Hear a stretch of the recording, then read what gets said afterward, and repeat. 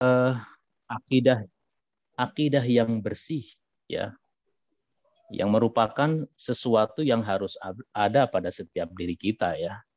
Ya, dengan akidah yang bersih ini maka kita akan memiliki ikatan yang kuat, ya. Dengan siapa? Dengan pencipta kita, Khaliquna Allahu Subhanahu wa taala, ya.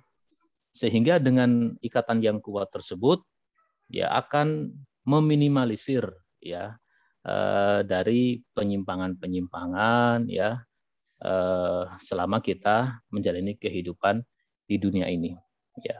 Penyimpangan-penyimpangan, menyimpang dari ketentuan-ketentuan Allah dan ketentuan-ketentuan Rasulullah Shallallahu Alaihi Wasallam. Maka efeknya orang yang memiliki akidah yang bersih, akidah yang selamat itu, ya, seorang Muslim itu akan memiliki sikap, akan lahir sikap darinya, yaitu dia akan menyerahkan segala perbuatannya hanya kepada Allah Subhanahu wa taala. Ya, di dalam surah 6 ayat 162 yang sering kita dengar pula, a'udzubillahi minasyaitonirrajim, qul inna sholati wa nusuki wa mahyaya wa mamati lillahi rabbil alamin.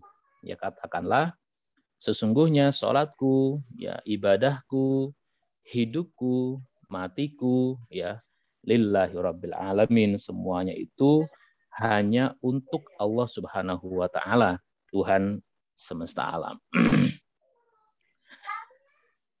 Maka dalam hal ini, ya, kalau kita perhatikan, karena memiliki akidah itu, akidah yang bersih itu merupakan sesuatu yang sangat penting.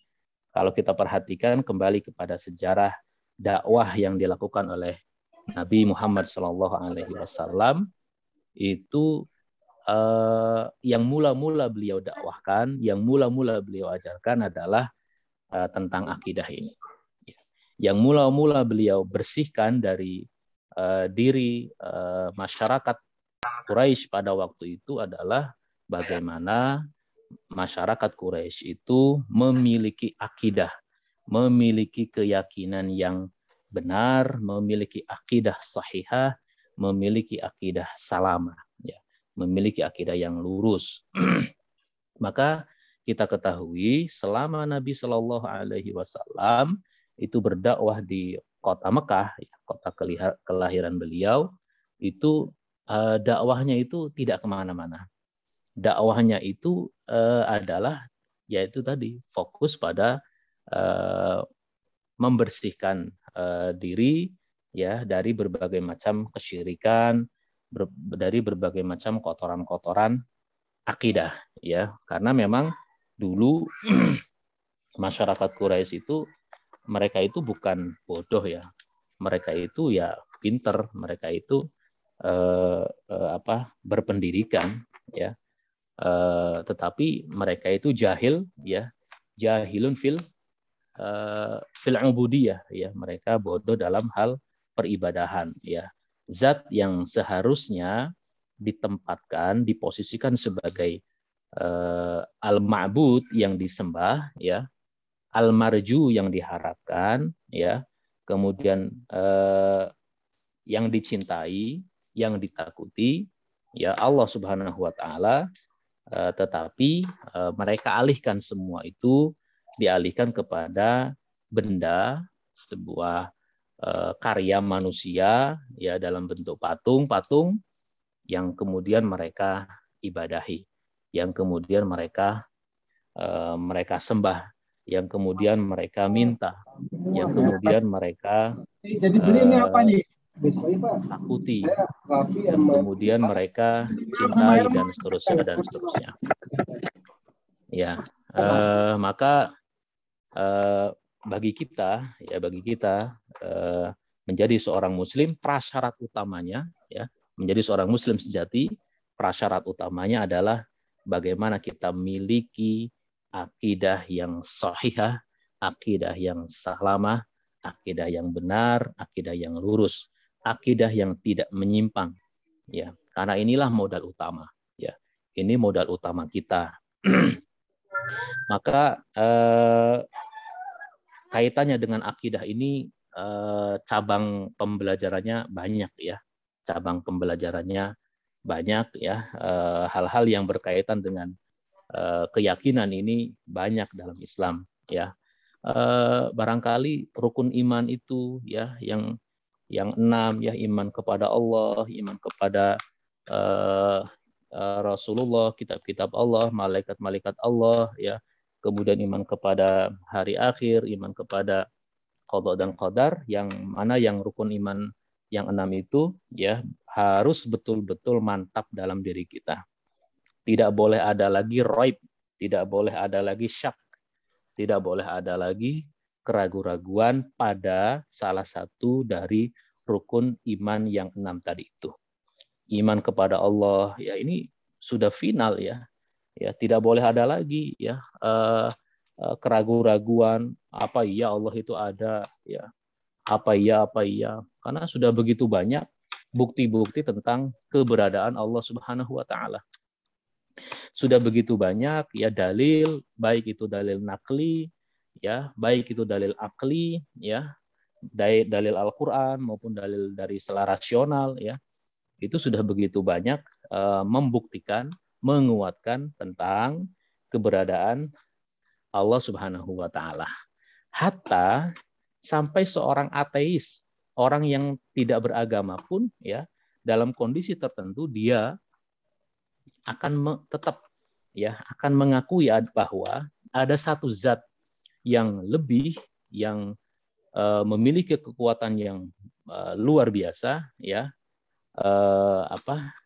yang memiliki kewenangan yang luar biasa dalam keadaan tertentu ya, sama si ateis ini yang dia minta pertolongan. Misalnya ada seorang ateis yang mungkin barangkali sedang perjalanan dengan kapal ya, kapal laut ya. Kemudian kapalnya dihantam ombak ya. Kemudian kapalnya bergoyang hebat ya, kemudian ombaknya sangat besar sekali, kapalnya sudah mau tenggelam. Si ateis ini, orang yang tidak beragama tadi itu, dia akan apa? Ya apa? Menyebutnya apa? Mungkin kalau dia masih bau-bau ini, dia akan menyebutkan, memanggil-manggil apa? Zat yang bisa apa? Dimintai tolong, ya. Padahal sebelumnya dia tidak mengakui adanya Tuhan, ateis itu. Nah, sampai dengan orang ateis pun, ya sebenarnya dari lubuk hati yang paling dalam itu ya secara tidak langsung mengakui akan adanya Allah Subhanahu wa taala. Demikian juga iman kepada para malaikat, ya Allah memiliki makhluk-makhluk yang disebut malaikat yang Allah ciptakan dari nur ya. Malaikat itu tidak memiliki nafsu. Malaikat itu ketika diperintahkan sujud maka sujud terus-menerus. Malaikat itu ketika diperintahkan untuk berjaga maka akan berjaga terus, berzikir terus. Malaikat tidak memiliki nafsu, tidak capek, tidak ngantuk dan seterusnya. Maka makhluk suci yang bernama malaikat itu ya ketika berdoa atau mengaminkan doa-doa kita, maka peluang untuk diijabah, peluang untuk dikabulkan doa kita itu akan amat sangat besar ya. Maka akan amat sangat besar. Demikian juga iman kepada kitab-kitab Allah Subhanahu wa taala ya. Iman kepada hari akhir ya, hari kiamat ya, di mana Allah Subhanahu wa taala sering menyandingkan ya antara keimanan kepada Allah dan keimanan kepada hari kiamat itu dalam satu ayat ya, atau dalam satu hadis ya. Misalnya man kana yu'minu billah wal yaumil akhir ya. Siapa yang beriman kepada Allah dan kepada hari akhir, apa? Fal yukrim dhaifahu misalnya. Maka hendaklah dia memuliakan tamunya. Fal yukrim jarahu, maka hendaklah dia memuliakan tetangganya ya. Fal yakul khairon aw liyasmut, maka hendaklah dia berkata-kata yang baik-baik saja. Kalau tidak bisa berkata yang baik, maka lebih baik dia diam saja. Nah, ini kan eh, bagaimana Allah Subhanahu wa taala memberikan satu pembelajaran bagi kita ya melalui hadis-hadis yang baru saja kita sebutkan. Siapa yang mengaku beriman kepada Allah dan Rasul-Nya, kepada Allah dan hari kiamat, maka begini. Siapa yang mengaku beriman kepada Allah dan hari kiamat, maka begitu. Artinya, ketika seseorang ya belum bisa berbuat baik kepada tetangganya, belum bisa berbuat baik memuliakan tamunya, belum bisa eh, eh, menjaga mulutnya ya dari berkata-kata yang tidak baik, maka keimanannya kepada Allah dan keimanannya kepada hari akhir itu dipertanyakan ya. Keimanannya belum belum keimanan yang terbaik lah ya, ada kekurangan ya, ngakunya beriman kepada Allah tapi mungkin lisannya kurang bisa dijaga ya, ketika berbicara pembicaraannya sering menyakiti mengiris-ngiris ya, seperti pisau ya yang mengiris-ngiris hati orang lain ya. Dan sekarang itu tidak hanya pembicaraan, tulisan ya, tulisan ya, tulisan-tulisan yang barangkali bisa menyakiti ya. Ini juga bagian daripada falyakul khairan aw liyasmut. Nah, demikian juga iman kepada takdir ya. Allah Subhanahu wa taala telah menciptakan, menentukan ketetapan-ketetapannya ya. Sudah ditentukan ya, si fulan begini, si fulana begitu ya, kita terima ya. Kita terima yang jelas Allah Subhanahu wa taala telah menciptakan sebab ya, ada sebab akibat ya. Allah juga sudah membekali kita dengan kemampuan berpikir, kemampuan memilih ya. Kalau jalan begini akan bahagia, kalau jalan begini tidak akan bahagia, jalan yang sini akan sampai kepada surga, jalan yang ini akan ke neraka. Maka kita berusaha bagaimana selama kita hidup ya untuk meniti takdir Allah yang baik-baik ya. Ya, kita titi, kita upayakan semaksimal mungkin dengan kemampuan yang Allah berikan pada diri kita, berupa akal ya, berupa kemampuan untuk berpikir ya, kemampuan untuk menganalisa ya, bagaimana kita menuju akhir yang baik ya, menuju akhir yang baik. Karena kita tidak tahu ya, karena kita tidak tahu akhir hidup kita seperti apa ya, apa yang baik atau yang sebaliknya, maka kita selama kita hidup ya bagaimana berusaha untuk terus-menerus selama kita hidup agar senantiasa di atas rel kebaikan ya, sehingga kapanpun dalam kondisi apapun ya, ketika kita dipanggil oleh Allah Subhanahu wa taala ya, insya Allah kita dalam keadaan atau di atas jalan kebaikan. Barangkali kita banyak mengambil ini ya, ibroh ya, dengan meninggalnya misalnya, dengan meninggalnya salah satu tokoh di Bandung belum lama ini, Pak Wali Kota Mang Odet ya, yang viral, yang meninggal dunia ketika akan naik mimbar untuk melaksanakan tugas sebagai khotib. Ya, beliau meninggal di hari Jumat, ya, meninggal di tempat yang mulia, di hari yang mulia. Ya, ini adalah bagian dari bagian dari rahasia Allah Subhanahu wa taala agar kita mengambil ibroh dari setiap peristiwa yang kita dapati dalam kehidupan kita. Bahwa kembali lagi, pertama kita perkuat, kita perbaiki, kita tingkatkan lagi ya kualitas akidah kita, ya akidah di dalam diri kita. Ya jangan sampai terkotori dengan kesyirikan. Kalau di Lampung ini Bapak Ibu sekalian, kalau kan ini ya masih banyak orang kehilangan motor. Motor udah dimasukin rumah itu ya ada aja hilang. Apalagi yang nggak dimasukin.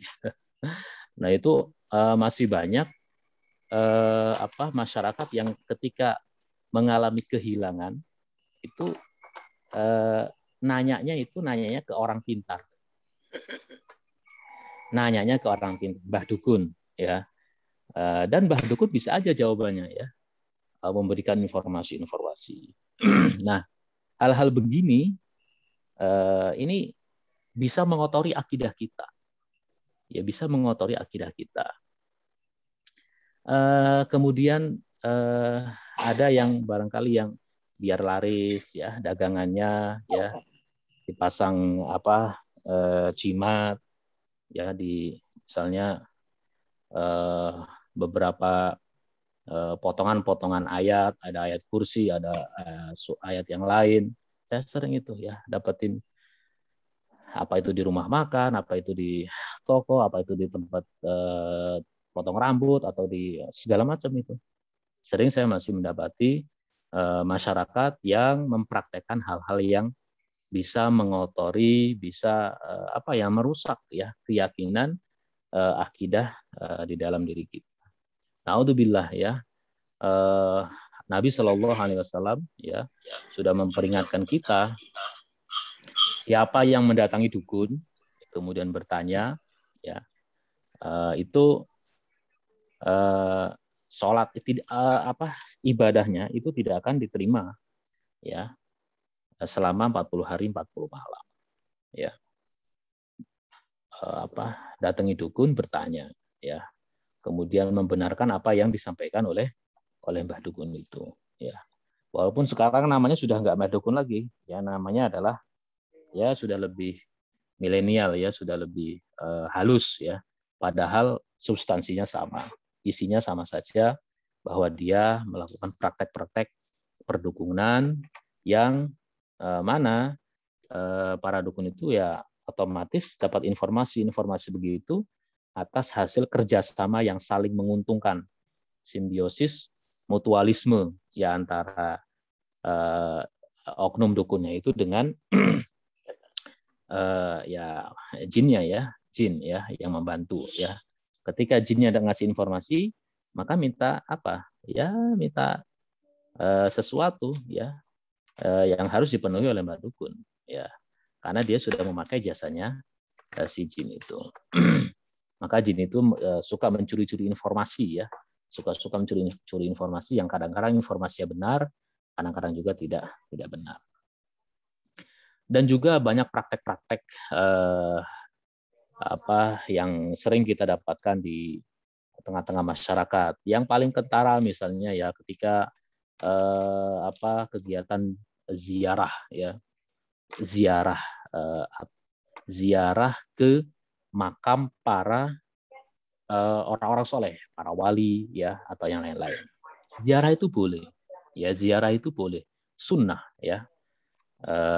Karena Nabi SAW bersabda, kuntu nahaitukum, mohon maaf saya agak lupa lafaz teks hadisnya. Dulu kata Nabi, saya pernah melarang kalian untuk berziarah, ya. Maka sekarang lakukanlah ziarah itu, karena dengan ziarah itu akan lebih mengingatkan kalian kepada akhirat. Boleh berziarah. Yang nggak boleh itu ketika dalam proses ziarah itu ada perbuatan-perbuatan yang bisa yang bisa mengotori akidah tadi itu. Meminta kepada sahibul kubur, ya, kepada orang yang di dalam kubur itu, ya, untuk mengabulkan hajatnya, ya, melancarkan rezekinya. Nah, itu yang nggak boleh, ya, karena jangankan mereka ini para wali, Nabi saja nggak bisa begitu. Ya, orang yang sudah meninggal dunia itu ya udah nggak bisa berdaya apa-apa. Justru mereka ini sangat membutuhkan, ya, bantuan dari kita yang masih hidup, ya. Maka kita barangkali sering-seringlah untuk membacakan doa, ya. Misalnya untuk orang tua kita, ya, yang sudah meninggal dunia, kakek nenek kita, buyut kita, ya. Karena mereka ini sangat butuh sekali, ya, barangkali kiriman doa dari kita. dengan doa-doa itu akan memperingan, ya, akan memudahkan, ya, orang-orang tua kita yang telah mendahului kita. Yang jelas minimal paling tidak kan ketika orang tua kita itu adalah mereka termasuk orang-orang yang beriman, orang-orang yang saleh dan salehah, maka insya Allah akan dapat bagian, ya, akan dapat bagian doa dari setiap muslim yang sholat di atahiyat, ya. Atahiyatulillah wassalawatu watthayyibah assalamu alayka ayyuhan nabiyyu wa rahmatullahi wabarakatuh assalamu alayna wa ala ibadillah sholihin, ya. Ya, assalamu alayna wa ala ibadillah sholihin. Semoga keselamatan kepada kami, ya, wa ala ibadillahi sholihin, dan diberikan keselamatan itu kepada hamba-hamba Allah yang soleh. Ya, semakin banyak orang berdoa, orang beriman, orang yang sholat, ya insya Allah, ya, menjadi orang yang baik, orang beriman, orang yang soleh itu meskipun sudah meninggal dunia, ya insya Allah masih dapat doa dari banyak kaum muslimin yang ada di dunia ini. Jadi beruntungnya, salah satu keuntungan menjadi orang baik, orang yang soleh, orang yang solehah itu meskipun sudah meninggal dunia, ya, itu dapat doa, ya, dapat doa dari segenap kaum muslimin yang melaksanakan sholat. Bapak Ibu yang dimuliakan oleh Allah Subhanahu Wa Taala, barangkali di kesempatan yang lain kita akan membedah itu, ya, akidah, bagian akidah itu yang seperti apa saja, ya, yang mesti kita perkuat dalam hidup ini, kita jaga betul-betul, ya, karena kan aspek akidah ini kan aspek keyakinan, ya, sekalian. Ya, jadi barangkali momen kesempatan hari ini belum bisa secara lengkap kita sampaikan secara rinci, secara detail di bagian akidah ini. Kita tadi baru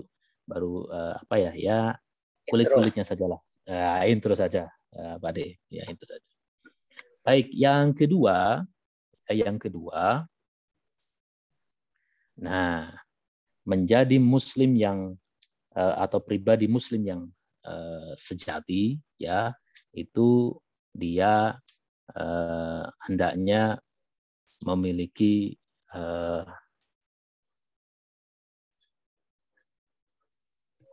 enggak digeser Mas Wahid. Sehatul ibadah, ya. Sehatul ibadah. Ibadahnya harus benar. Ya. Tadi akidahnya harus bersih, yang kedua adalah ibadahnya harus benar. Sehat, ya. Atau al-ibadah as-sahihah boleh, atau sihatul ibadah juga. Sihatul ibadah. Ya. Yaitu ibadahnya harus benar, ya. Ya, ibadah ini kan ini seperti yang sudah kita sampaikan di awal tadi, misi utama kita ini dilahirkan, diciptakan untuk ibadah.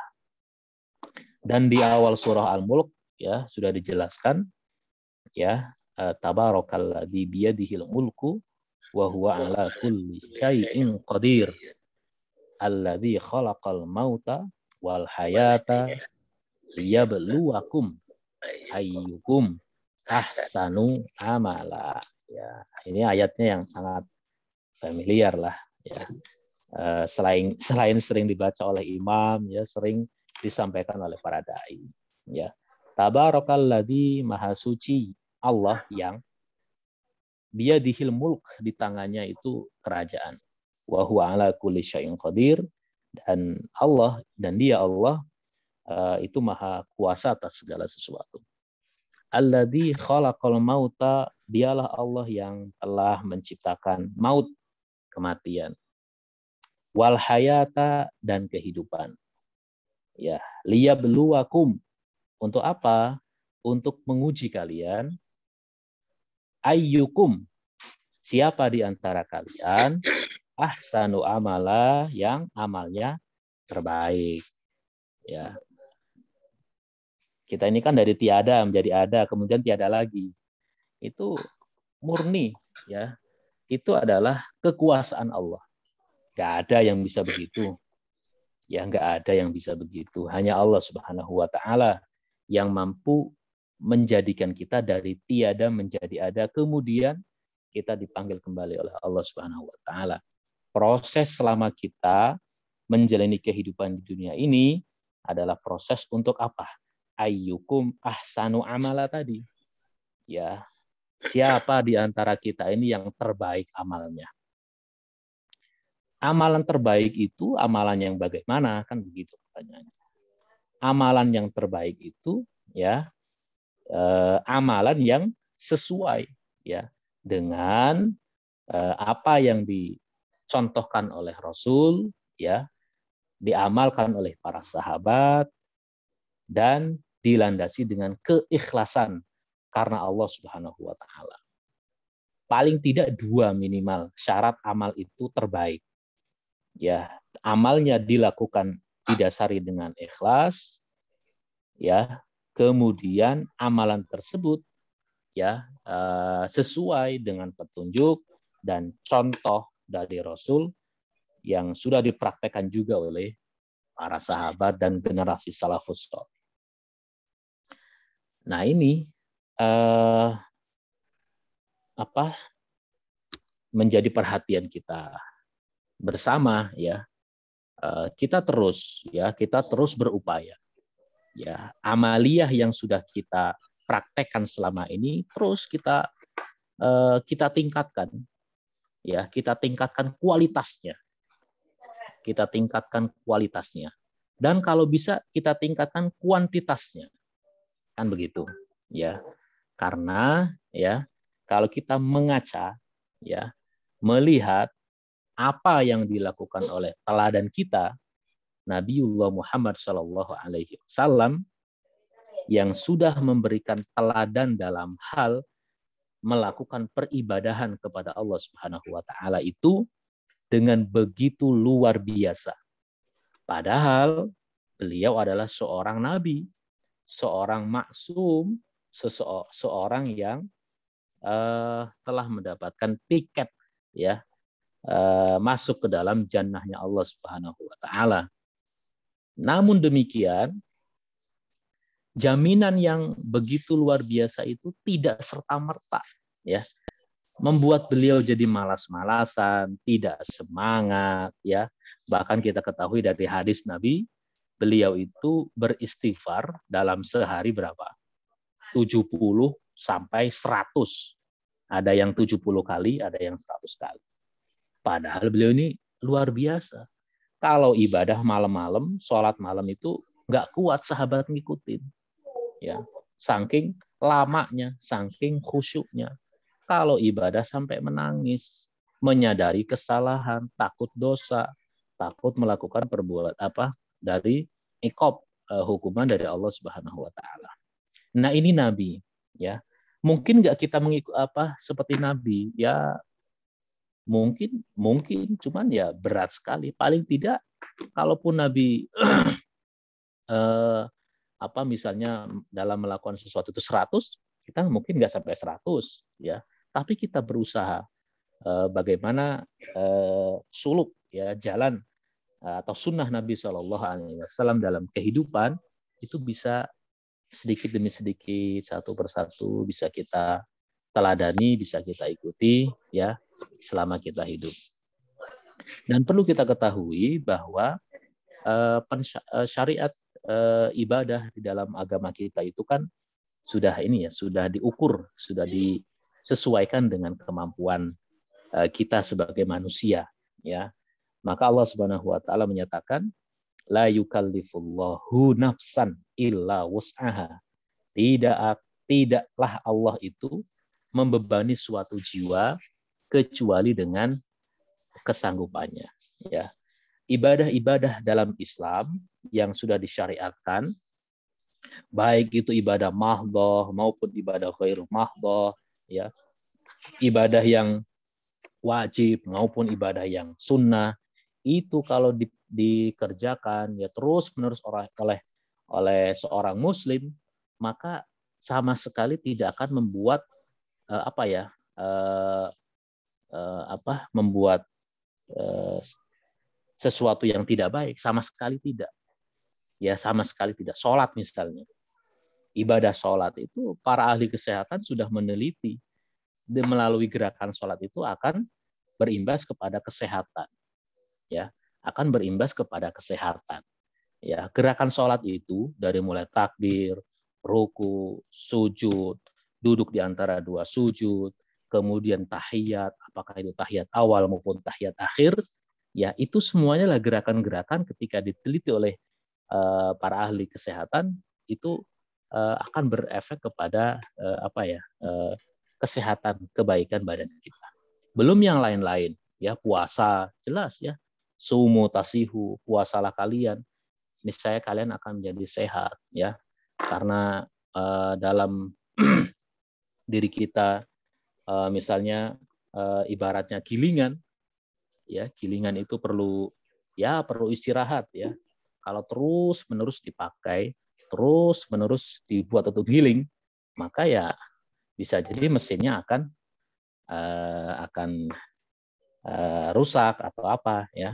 Maka dengan puasa itu akan mengistirahatkan, dan itu secara aspek kesehatan itu akan sangat banyak sekali manfaat yang akan kita peroleh melalui ibadah puasa. Demikian juga ibadah-ibadah yang lainnya, yaitu semua disyariatkannya dalam ibadah-ibadah itu di dalam Islam sudah disesuaikan dengan kesanggupan kita sebagai manusia biasa.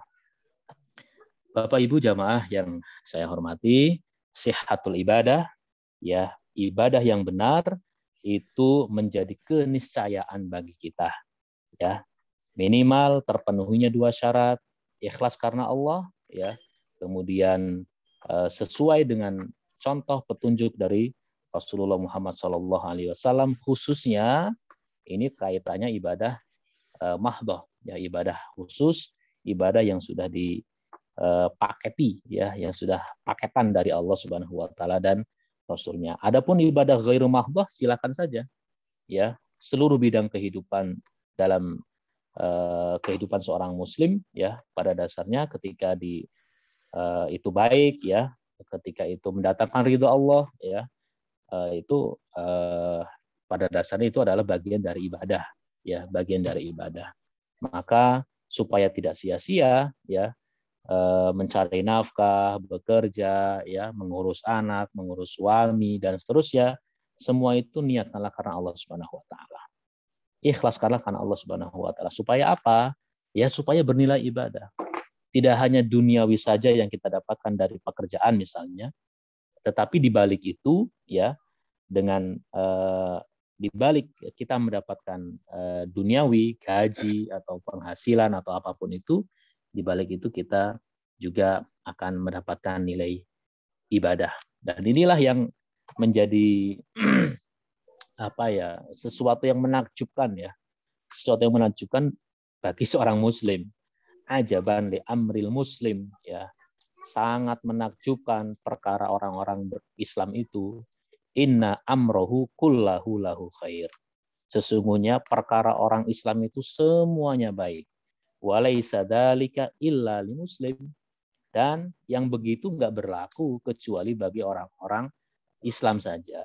Ya idza asobahul khairu, ya syakaro, ya fakana khairon lah. Ya, apabila orang Islam itu ya mendapati kebaikan, ya anaknya lulus wisuda, anaknya diterima di perusahaan, anaknya diterima menjadi ASN, anaknya atau dan seterusnya perusahaannya semakin berkembang, dagangannya lancar, ini kebaikan-kebaikan. Kemudian disyukuri itu semuanya, maka ya berpahala. Ya. Ya wa in asabahul syarru, ya sabar, ya, dan apabila sebaliknya mendapatkan keburukan, ya misalnya tertimpa musibah Gunung Semeru, ya sekarang yang belum lama ini, yang baru saja hari ini ya di NTT, ya gempa, ya ada gempa kemudian sobaro, ya, bersabar, maka itu pun berpahala, ya, berpahala. Dan itu tidak berlaku bagi kecuali bagi orang-orang Muslim atau orang-orang Islam. Bapak Ibu jamaah yang dimuliakan Allah Subhanahu wa taala, mari kita perbaiki terus kualitas ibadah kita. Ya, kualitas ibadah. Jangan kita merasa cukup dengan ibadah kita, merasa soleh, merasa sudah banyak berbuat. Ya, kita belum ada apa-apanya dengan segala kenikmatan yang Allah berikan kepada kita. Karena ibadah itu yang butuh kita, ya enggak? Ya, yang butuh ini kita manusia. Ya, adapun Allah ini nggak butuh ibadah kita. Ya, mau dari manusia yang pertama di dunia ini sampai manusia yang terakhir, bahkan jin sekalipun, tidak ada yang ibadah, tidak ada yang mau taat kepada Allah, itu nggak akan mengurangi kemuliaan Allah. Demikian juga kalau manusia pertama sampai dengan terakhir nanti kiamat, semuanya jadi orang beribadah, orang baik, itu pun tidak akan menambah kemuliaan Allah. Yang butuh ibadah itu adalah kita. Yang butuh dengan sholat dan seterusnya adalah kita. Maka mari kita perbaiki, ya, salah satunya dengan rajin mengikuti kajian-kajian yang diadakan secara online, offline, ya. Salah satunya di majelis Masjid Kiai Siroj ini bagus sekali untuk terus, ya, memperbaiki kualitas ibadah kita kepada Allah Subhanahu wa taala, ya. Kalau misalnya yang wajib tentu sudah kita laksanakan, tambahlah yang sunnah, ya, tambahkanlah yang sunnah, ya, rawatibnya, ya, ba'diyah, qabliyah, ya, kemudian tahiyatul masjid, ya, kemudian duhanya, ya. Kalau misalnya duha barangkali masih 2 rakaat, tambahlah bisa 4, ya, secara bertahap, ya. Kemudian 6, ya, 12, nggak apa-apa, ya. Beribadah kepada Allah Subhanahu wa taala. Itu semuanya, ya, kalau kita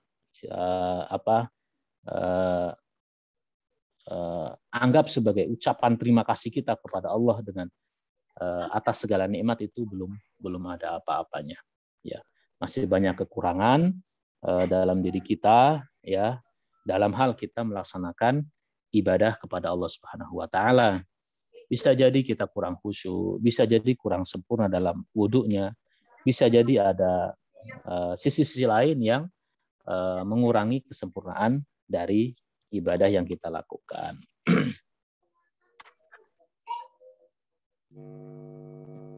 Sudah Isya, Mas Wahid, belum ya?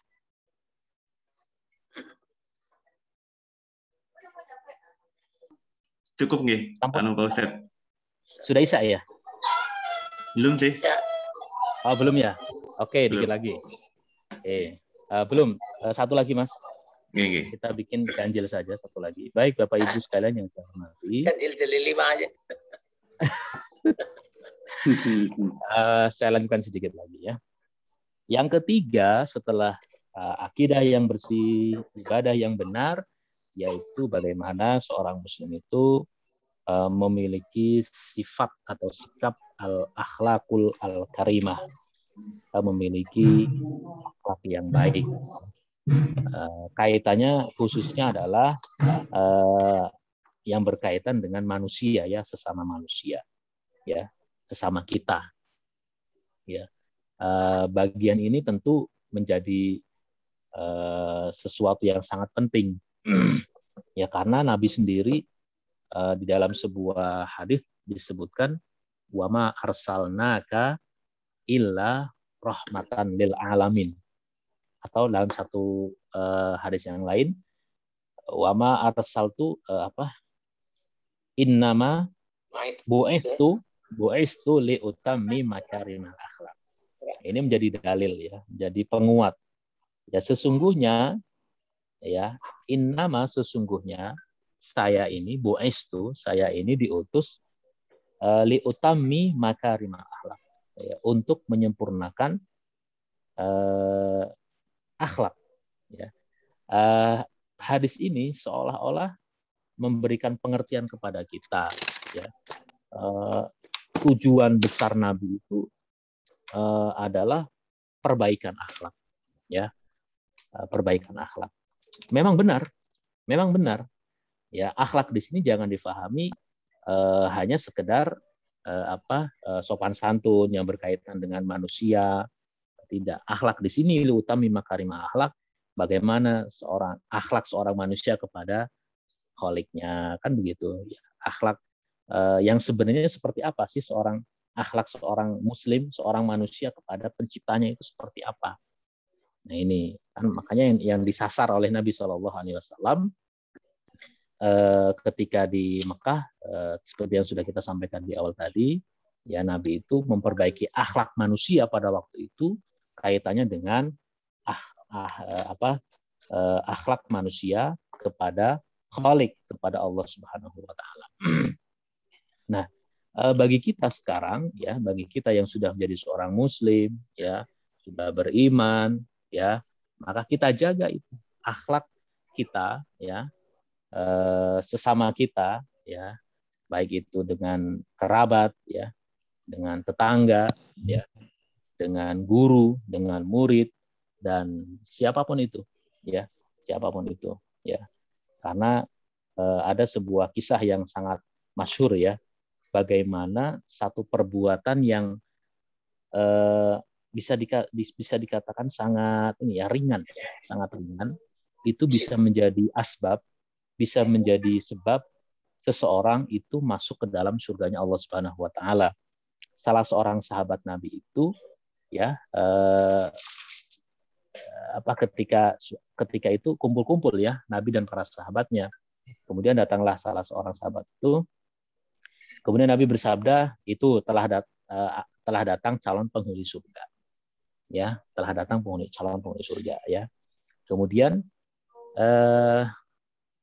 ada sahabat yang itu penasaran ya, orang ini kok bisa ya disebut Nabi ya bahwa dia ini calon penghuni surga. Nah, ini kan penasaran. Maka dicari tahulah ya, kira-kira apa sih yang menyebabkan Nabi itu sampai memberikan jaminan bahwa yang bersangkutan masuk dalam surga. Ya, kemudian dengan berbagai alasan akhirnya sahabat ini bisa ikut menginap di sahabat yang pertama tadi. Sehari, 2 hari, sampai 3 hari jatah bertamu itu, kemudian tidak didapatinya amalan yang spesial, ya, tidak didapatinya amalan yang barangkali yang luar biasa gitu ya, sehingga yang bersangkutan dijamin masuk ke dalam surga. Sehingga bertanyalah orang ini, wahai sahabat, Nabi SAW menyebut engkau adalah calon penghuni surga. Ya sementara saya 3 hari di rumahmu tuh nggak ada yang spesial, ya biasa ya, sholat ya, pokoknya nggak ada yang spesial.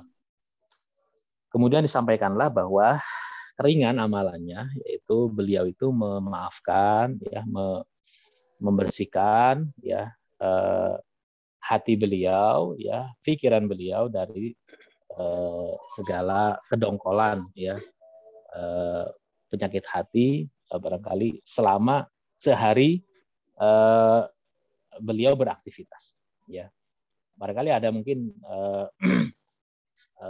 tetangga atau siapa yang mungkin kata-katanya menyakitkan, nanti beliau maafkan, dibersihkan hati beliau sebelum beliau tidur ya. Itu saja ya, itu pun sudah menjadi asbab ya, itu pun sudah menjadi jalan masuk ke dalam surganya Allah Subhanahu wa taala. Dan banyak lagi kisah-kisah lain yang bisa kita ambil ibrahnya dalam diri kita ya. Yang jelas ada kaitan yang sangat erat antara yang pertama tadi akidah dengan akhlak ini ya. Semakin baik akidahnya, maka akhlaknya semakin luhur. Ya, semakin bersih akidahnya, maka akan muncul dari dalam diri seorang itu kualitas akhlak yang baik.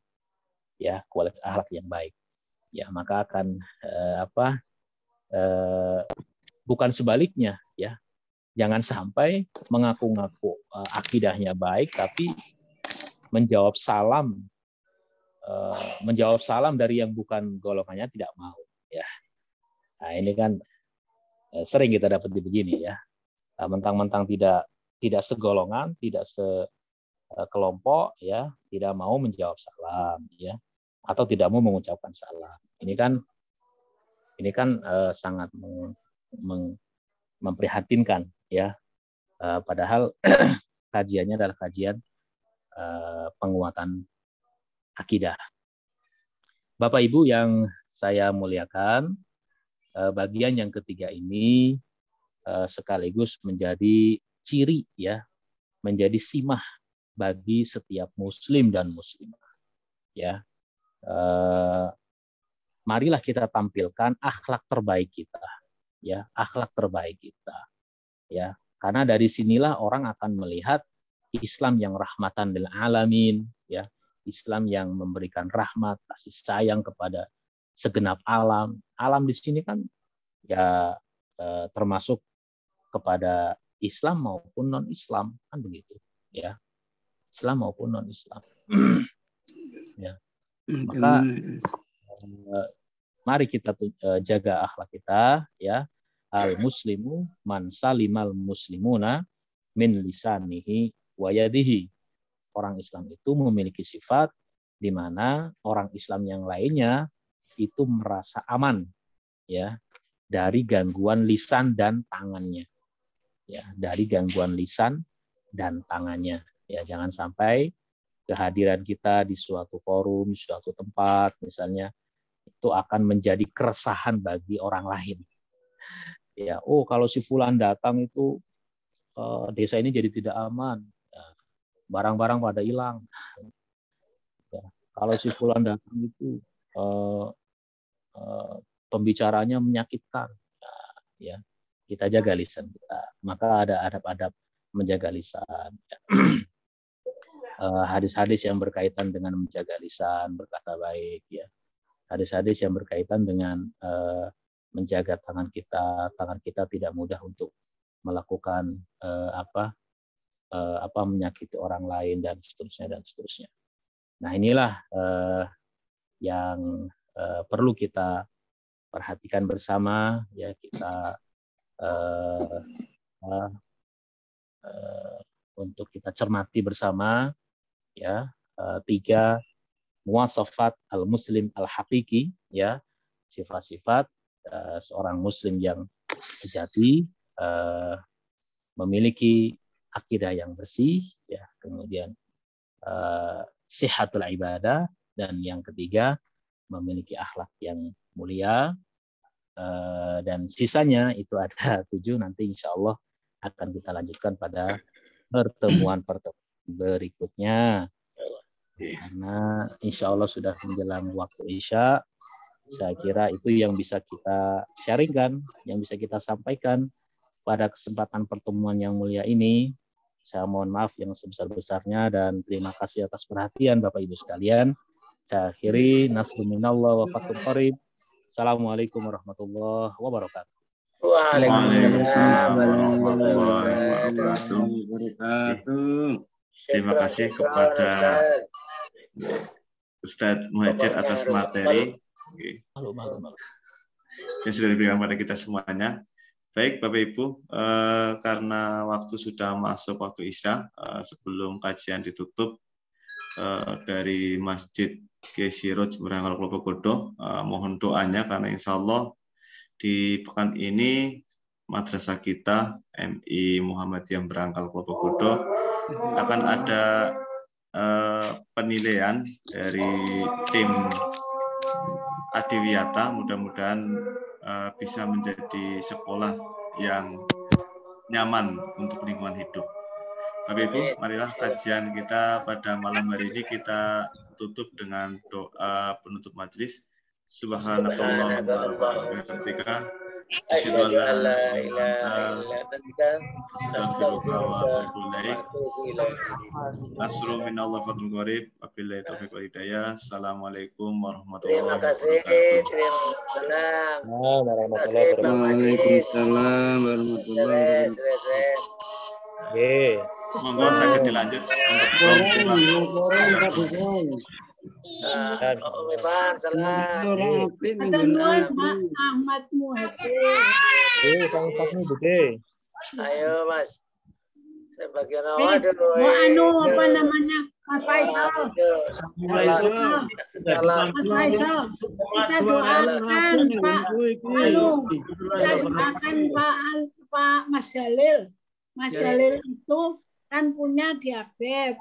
Terus kukunya kaki kiri itu luka. Yang kurang terawat, bengkaknya itu sampai ke paha. Nah, terus dalam perawatan nggak bisa naik, jadi dia nggak bisa ikut karena wifi-nya ada di atas. Ya didoakan mudah-mudahan, oke. Amin. Ya no. Ya Rabbana sisfi akhirnya jalin fa'an la yugadiru sakoma. Selamat halo di sana sehat-sehat.